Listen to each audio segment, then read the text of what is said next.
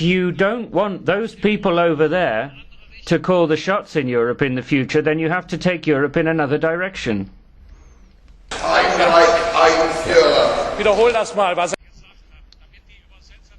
I don't know if people heard that. A nation, an empire, a Führer. That's what that man over there said. Ein Volk, ein Reich, ein Führer were his exact words. President, well, time is over. Please finish your last remarks.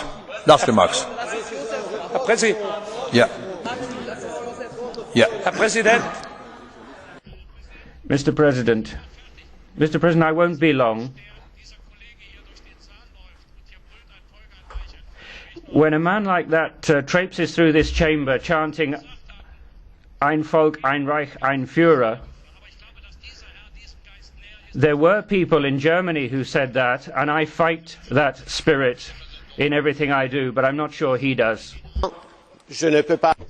President, I cannot accept what you have just said, sir. We are in a democracy. This is a democratic era, and I would ask you to apologise. I would ask you to make an official apology. Otherwise, we are going to lodge a complaint. You know, there are people who have said less than that, and I'm sorry, this is not acceptable. Thank you. No.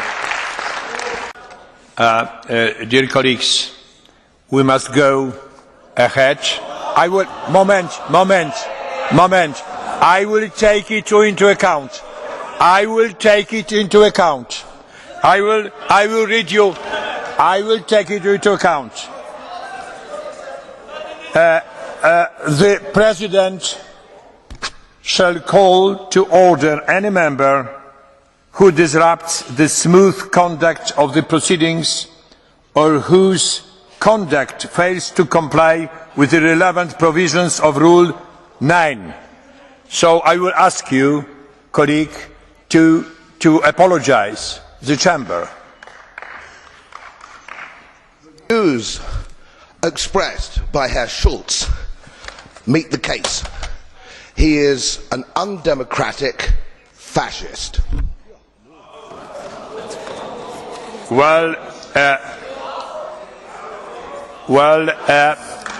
Colleagues, we expected something quite different because we wouldn't like our discussion to be disturbed in such a way. So I will call you, colleague, to the meeting with me, and we must take decision for the next steps. Thank you.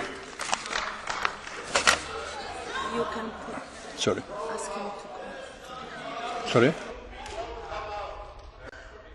Oh, it is impossible to keep our discussion in such an atmosphere. Well, is it possible? Yeah. Colleague, as you see, the Chamber is protesting very deeply against your behaviour. And can I give you?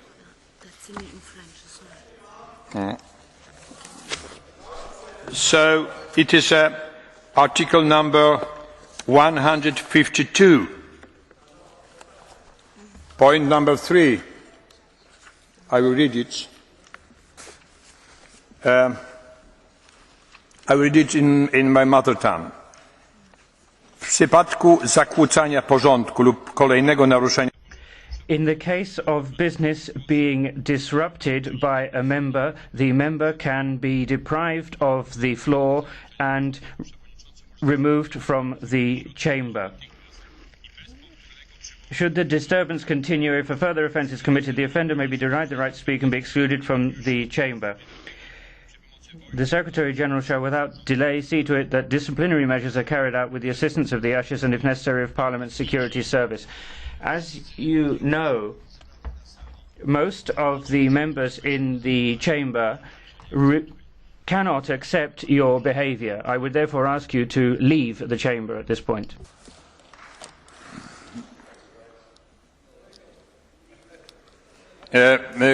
Koleżanki I koledzy. Colleagues, ladies and gentlemen. You can discuss and you can express your opinion, but not to disturb each other.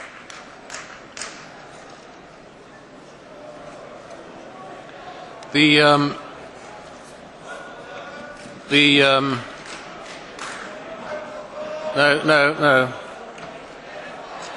The incident referred to. Thank you.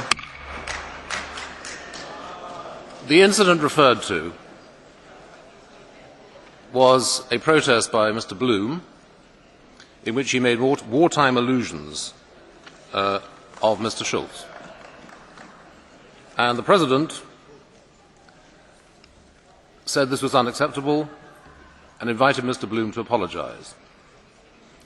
Mr. Bloom did not apologise then, and I call on him now to do so.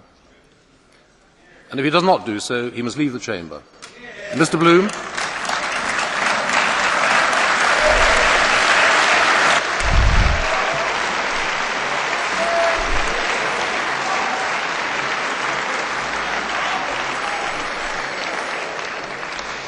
Yet again, there is one rule for Herr Schulz and one rule for everybody else.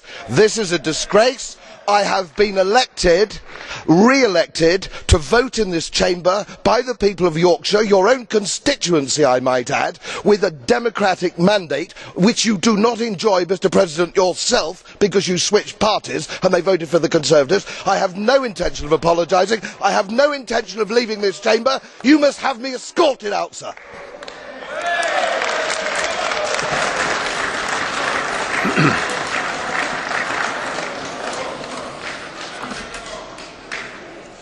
First of all, Mr. Bloom, I was expelled by the Conservative Party for making a stand on a point of principle closely related to the issues you raised this morning.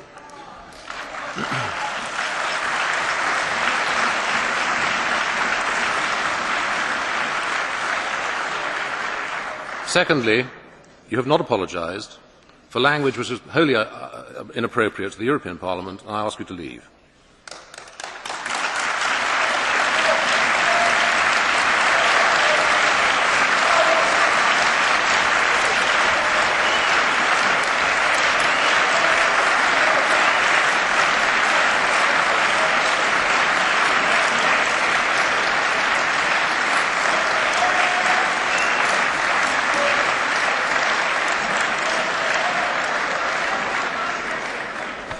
Mr. Bloom, no, I'm not taking, I'm sorry, I'm not taking any points of order on this.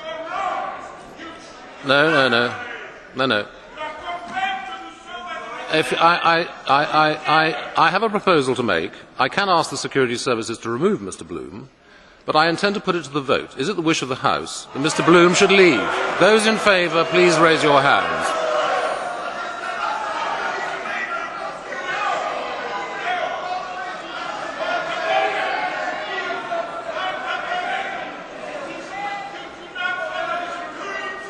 Thank you. Those who wish Mr. Bloom to stay, please raise your hands. Those abstaining. Now, Mr. Bloom.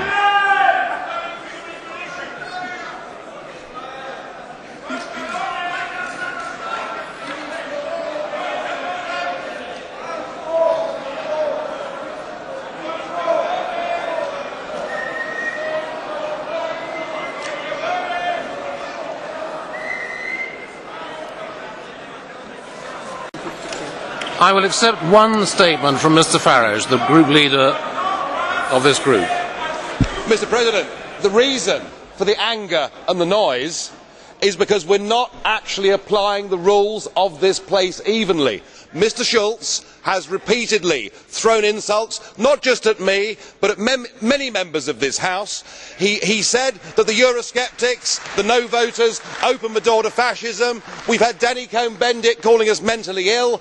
Can we, Mr. President, if the rules are that something is deemed to be an insult, a member is asked to leave, that is fair enough. But the anger, and I share that anger, is these rules are not applied evenly. Mr. Schulz regularly calls other people fascists, and when he is called one, the member in question is asked to leave. That is not right. That is not fair.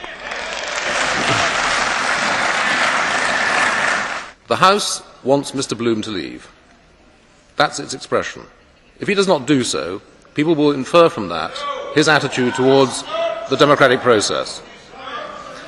Mr. Bloom, I'm going to invoke Rule 152. If you will not leave, I'll have you removed. I've discussed this with the President, and I have his support for this. What I said this morning, it's unacceptable, the way in which Mr. Bloom has behaved.